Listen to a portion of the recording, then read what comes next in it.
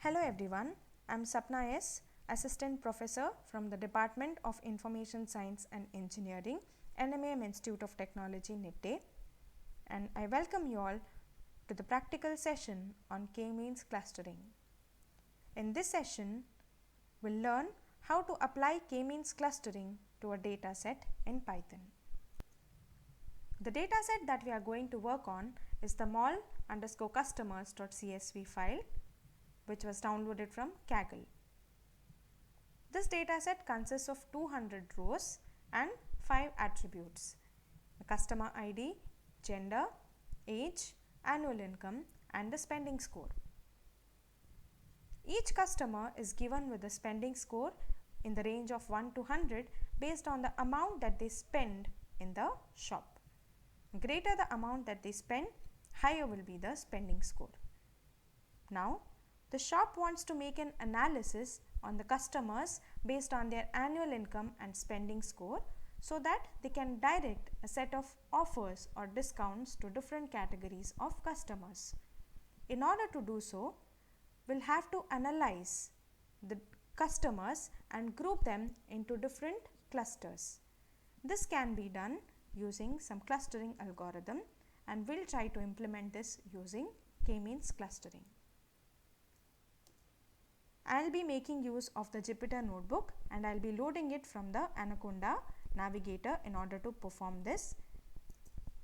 So, I will have to launch the Jupyter notebook. Jupyter notebook can also be accessed via your browser if you don't have it installed in your system.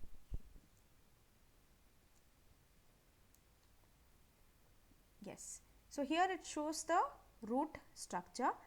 I will have to move into the directory where I want to store the files. So, I will be storing it in this folder FTP clustering. Now, I am going to work on a file which is called mol_customers.csv. So, I will have to upload that file in this folder by clicking on the upload button, search for the file and upload it using the upload option. So, the mol_customers.csv file is now available and it can be used in the program. So, now I will have to create a new Python 3 notebook document. So, document file will be created. I will give a new name to this file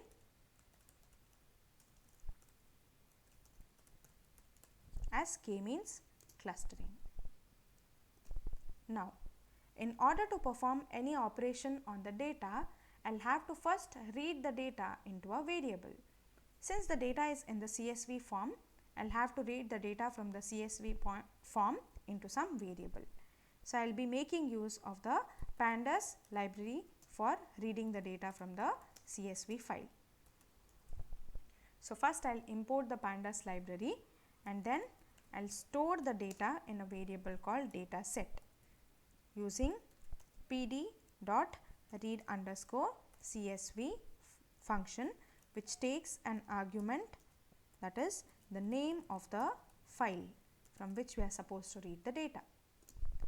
So, once I execute this, dataset will be having the data which is being read from the mol_customers.csv file, and it will be of the type data frame. So, I can check for the type of dataset by executing this. Yes, it is of type data frame. Now, I will try to display the top 5 rows present in the dataset by using the head command. Yes, so this is the data that was present in the mol_customer.csv file. Now, what I am interested in is just the annual income and spending score based on which I am supposed to perform the analysis. So, I will have to just extract these two column values. We have 5 different columns in the data set. So, we will have to find the index of the columns that we are supposed to extract. The first column will be having an index of 0, gender will have an index of 1, age will have an index of 2, annual income will have an index of 3, and finally spending score will have an index of 4. So, we are supposed to extract the columns with indices 3 and 4. So, I will do that and I'll store all the features that is extracted into a variable called as features.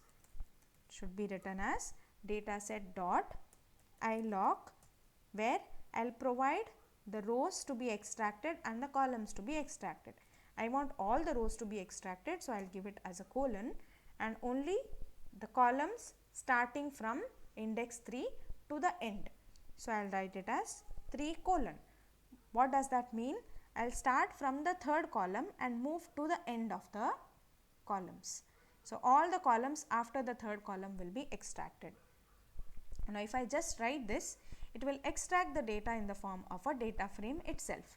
But I don't want the data in the form of a data frame. I want only the values in an ND array.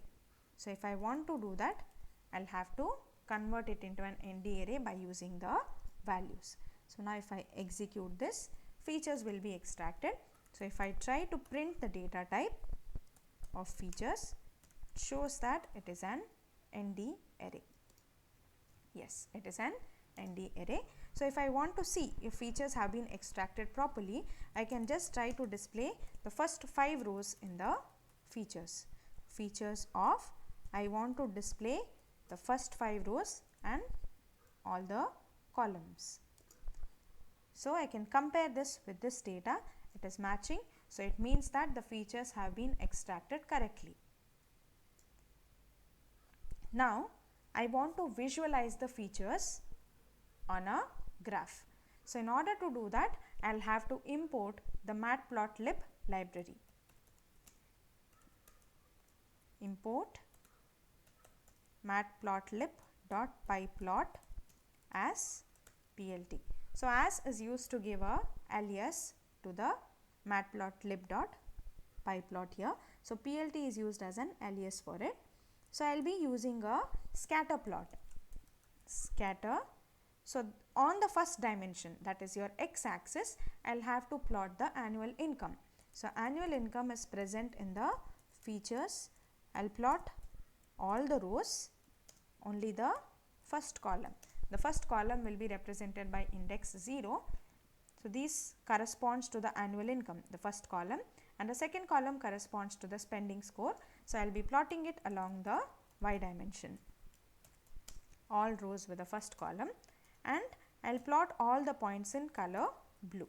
So C is the shorthand representation for color. Now I'll give a title to this plot. Let the title be annual income versus spending score. I'll also give a label to the x axis and the y axis. X axis I have plotted the annual income, and on the y axis I will be plotting the spending score. So I'll just show it to the users using this. So I can see all the points plotted on the graph. So if it is not very convenient to see it in a smaller figure, I can change the size of the figure as well. So I can say plot.figure, figure size is equal to 8,8. So I can view it. Yes. So this is a bigger figure where I can visualize the data clearly. Now what I am supposed to do is, I'll have to divide this into different clusters. But how many clusters am I supposed to divide it into is a question. So I'll be making use of the elbow method in order to determine the value of k. So first I'll create WCSS as an empty list, where WCSS is a name that I have given to the variable to give a shorthand notation for within class or within cluster sum of squares. So now I'll run this iteration for different values of k. Say it ranges from 1 to 10. So I'll have to run a for loop for k ranging from 1, 11. So usually the range variable is inclusive of the first parameter and it is exclusive of the second parameter. So it means that if the second parameter is stated as 11, the loop will only run up to 10. So I can see that the k value will be ranging from 1 to 10. So now for every iteration of k, I will have to perform k-means clustering. So if I want to perform k-means clustering, I will have to import the k-means class from the scikit-learn library. So I will have to do from sklearn dot cluster. I will have to import the k-means class. So now I will generate a model in every iteration using k-means, where I will pass the cluster number. So in every iteration the k value will be changing from 1 to 10. So I will pass number of clusters is equal to k, and the second parameter. So this n cluster parameter is used to indicate the number of clusters that is supposed to be formed for the given data. The second parameter is the init parameter, which can be specified. It can have different values. If I write this as random, it means that the cluster centers will be chosen randomly from the given set of data points. Otherwise, we can also have a parameter as k-means plus plus. So this parameter usually indicates that we don't select the cluster centers in random, but we select it in such a way that it can speed up the convergence of the k-means clustering operation. So any of the values can be specified for the init parameter. The next parameter which you can specify is max iterations. So what does maximum iterations mean? In case the k-means clustering algorithm is not converging, we will have to specify maximum iterations as the terminating condition. By default, maximum iterations will be having a value of 300. If you want to increase it or decrease it, we can do so. So I can give a different value to it. And last parameter which you can specify is n underscore init. So this parameter will usually indicate the number of times for which k-means clustering has to be executed with different cluster centers. So while we studied the theory behind k-means clustering, we had done 2 iterations of k-means clustering and chosen the best out of it, right? So n underscore init is indicating the number of times for which k-means clustering has to be executed. By default, it is having a value of 10. So if you want to reduce it or increase it, you can specify it via this parameter. So I can specify it as 5, 15 or how many ever times you want to execute it. But since we don't need these parameters to be specified, we'll just keep the most important parameters present here, number of clusters as well as initialization of the cluster centers. The next thing what we'll have to do is, I'll have to fit the features on this model so that the model can compute the cluster centers. Once that is done, you will have to extract the WCSS value for each value of k. So how will we get the value of WCSS? So you will get it via the model using the parameter inertia. So model.inertia will give us the value of WCSS. So what I will do, I will extract those value of inertia and I will append it to the list of WCSS. So WCSS dot append of model dot inertia underscore. So this is the parameter.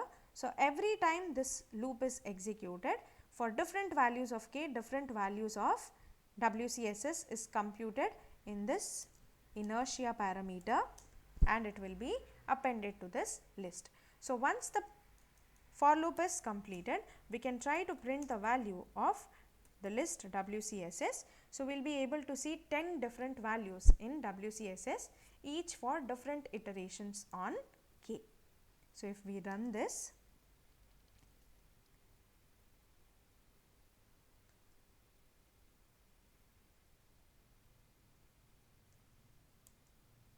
we will be able to see 10 different values of WCSS.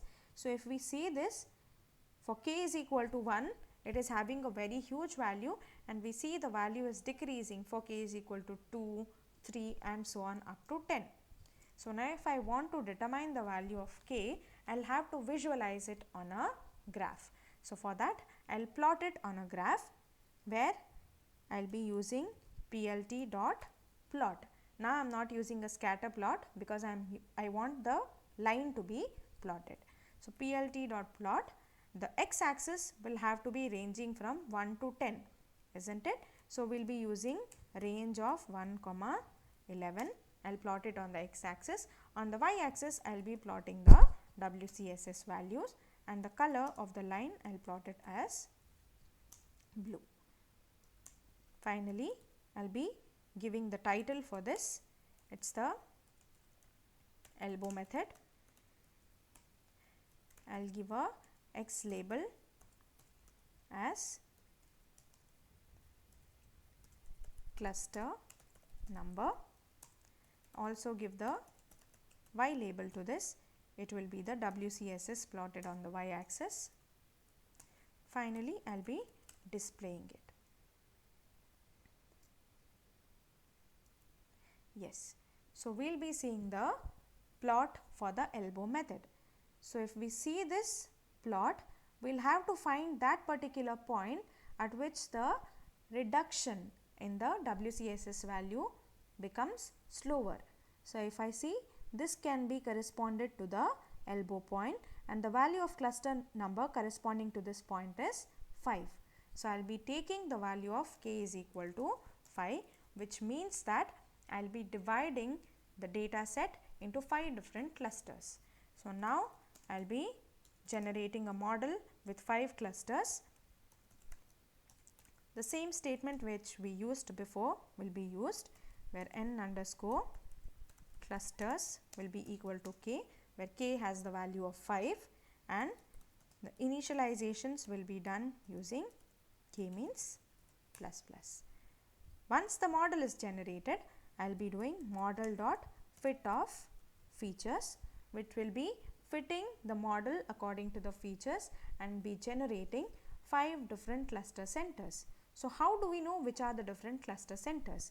I can try and print them using model dot cluster underscore centers underscore. So this will help me in printing the different cluster centers. So these are the different cluster centers that have been generated. Now I will have to assign labels to each of the data points. So I can do it as models dot predict of features. So once the model is generated, based on the cluster centers, we can assign a label to each of the feature that is present within the features. So once this is done, the labels are generated. If you want to print the labels, we can see it. So now we can see that the labels are ranging from 0 to 4. So 0 corresponds to cluster 1, 1 corresponds to cluster 2 and so on, 4 corresponds to cluster number 5. So the labels are also generated. The only thing that is left is we have to plot it on a scatter plot. So plt dot scatter. So first I will be plotting only the points that is corresponding to the label 0, and I will plot it in color red. So how will I extract the features corresponding to label 0? So for that I will be using features of the rows for which labels is equal to 0 and column number 0, because annual income has to be plotted on the x axis and spending score will have to be plotted on the y axis. So next I will be choosing features for which labels is equal to 0 and column is equal to 1. So it means that on the x axis I will be plotting only the features with label 0 and column 0, that is the annual income, and on the y axis I will be plotting the points with label 0 and column 1, that is the spending score. The color for this will be equal to red, and I will give a label to this as cluster 1. Next, the same thing has to be repeated for each of the clusters. So next I will be plotting the values belonging to cluster 1 I mean the cluster 2 which is having label 1, I will be plotting it in color blue and I will label it as cluster 2. Let me plot the cluster 3. The label will be cluster 3. I will change the color to green and here I will have to extract the features with label 2 because cluster number 3 corresponds to label number 2. The same thing, cluster number 4 will be corresponding to label number 3. I will plot it in yellow and I will name it as cluster 4, and for the last cluster, cluster number 5, the labels will be 4. I will change the color, so I will change it to pink, and the last one is cluster number 5. So all the points belonging to different clusters will be plotted in different colors. Now I will be giving a title to this plot. So I will give it as K-means clustering result. Then I will be giving a label to the x-axis which is indicating the annual income. Next I will give a label to the y-axis which is indicating the spending score which is in the range of 1 to 100. Finally, I will be plotting the legend. I hope you know what legend means. Legend is nothing but it is a small box that will appear on your graph which will be indicating which color corresponds to which of the cluster, and the labels have been given here. So once I show you the graph that is generated, you will be able to identify what a legend means. Finally, plt dot show. If I execute this, it will be showing me the graph with different points on the graph plotted in different colors. So this is the legend that is being shown.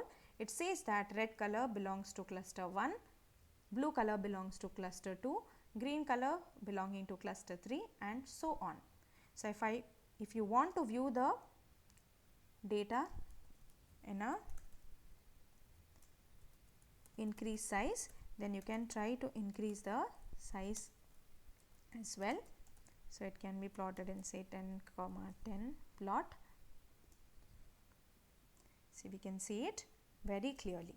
So this will be the result of clustering where the points are divided into 5 different clusters.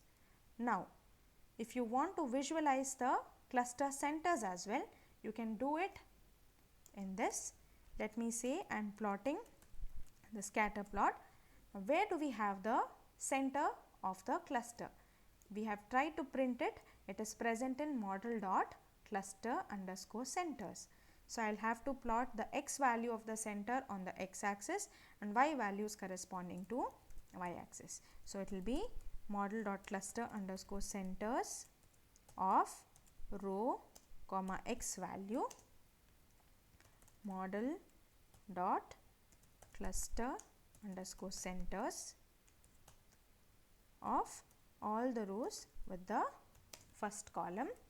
The color, let me say I will plot it in black, and I want the size to be different from that of all the other points. So I will increase the size to say 200. So if I see this result, if I execute this, I can see the cluster centers for each of the points. Here this is the black dot corresponding to the cluster center of the yellow cluster. This is the center corresponding to the pink cluster. This is the cluster center for the red cluster, and so on. So we have visualized the data and we have divided into 5 different clusters. So now we can try to extract meaning from these clusters. The blue cluster corresponds to the set of customers with low income and low spending score. The yellow cluster corresponding to the customers with low income and high spending score. The pink cluster corresponding to customers with high income and high spending score. The red cluster with medium income and medium spending score, and the green cluster with high income and low spending score. So based on this analysis, the shop can be able to determine as to what type of offers can be given to different categories of customers. I hope you have gained some useful insights from this session on K-means clustering practicals. Hope to see you soon in the next sessions. Thank you.